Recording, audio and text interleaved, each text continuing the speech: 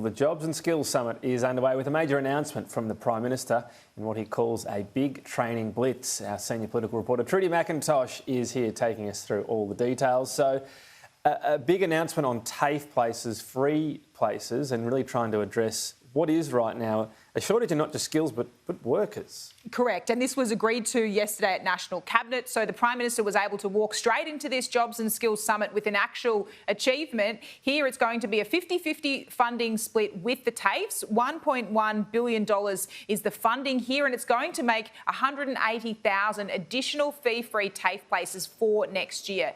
The Prime Minister indicating in this address that this won't be the end of the matter, that by the end of the second day of this summit, they're also expecting to have more outcomes on skills. But in recognition of the urgent challenges facing our nation, we are taking action now with a $1 billion training blitz driven by public TAFE. We want to see more Australians gaining the skills they need to find good jobs in areas of national priority. And I want this to be the beginning, not the end, of the progress that we see on skills and training over the next 2 days. The low-hanging fruit for the government here is what was not quite agreed on, but last time around in the coalition, 2020 it was, unions and business went quite far down the path of agreeing the better off overall test was not a good one. Labor in the end kicked up and didn't want that change, but now Labor can sort of pick that up and go, look, we've got agreement, unions and business, and that seems to be probably the biggest likely breakthrough within IR at this summit. And Tony Burke, the Employment Minister, made that clear ahead of the summit, that if he was expecting everyone else to compromise, that he too would have to compromise on Labor's hardline stance on the better off overall test. It's starting to get into the more controversial areas at this summit. We're seeing both business and union representatives speaking about what they want to see in terms of changes for wages. This comes down to the thorny issues in industrial relations, changes to bargaining. We've heard a short time ago from the ACTU's Sally McManus and also the head of COSBOA, that small business lobby group which earlier in the week signed up to this deal controversially with the unions for multi-employer bargaining for small business. Take a look at some of that debate. They should be able to commence bargaining and, when done, simply lodge an agreement with the independent umpire applying the better off overall test. This test can be made simpler without compromising on fairness. Right now, the industrial relations system is intimidating, the complexity serving as a disincentive to employment. We want to see the system be simple enough so it can be navigated by someone who is actually employing for the very first time. There's been a big focus this morning on gender and women's outcomes in terms of employment, wages as well. Big push on childcare. Where we don't think Labor will go is bringing forward their childcare package. It's due to start in July next year.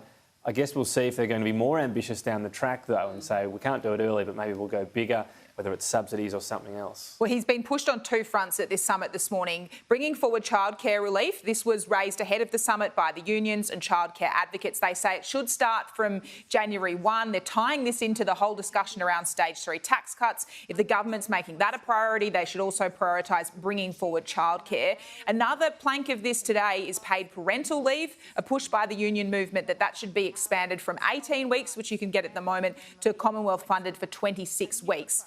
The Treasurer, appearing on Sky News in the last hour, has indicated on both of those fronts that they just, at the moment, can't afford to pay to bring these two things to the changes that we've seen brought up at the summit. But take a look at that debate. We have one of the most expensive childcare schemes.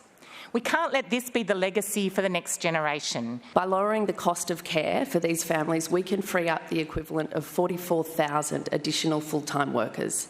There's probably no greater economic opportunity for us as a nation than getting this right. So on that basis, to Michelle's earlier point, we should just get on with it. And what we've said in being upfront with people is that we would like to make room in the budget for as many of these good ideas as we can, but we need to be honest and say that when you've got a budget which is heaving with that $1 trillion in debt that we inherited, you've got to prioritise, you've got to sequence. So the Treasurer is sitting in the room the whole time, sitting there as people bring forward these ideas, Tom, that they want more money thrown out, and it's his job to say, no, we can't bring those sort of things forward as a throw forward to what to expect next. Employment Minister Tony Burke, I'm told, will be delivering a wrap-up address after this debate we're seeing on IR and wages. In that speech, he's going to give a signal about the government's position on potentially the boot and also multi-employer bargaining. That's due at around 12:30. All right, that'll be an interesting one to keep an eye on, Trudy. Thank you.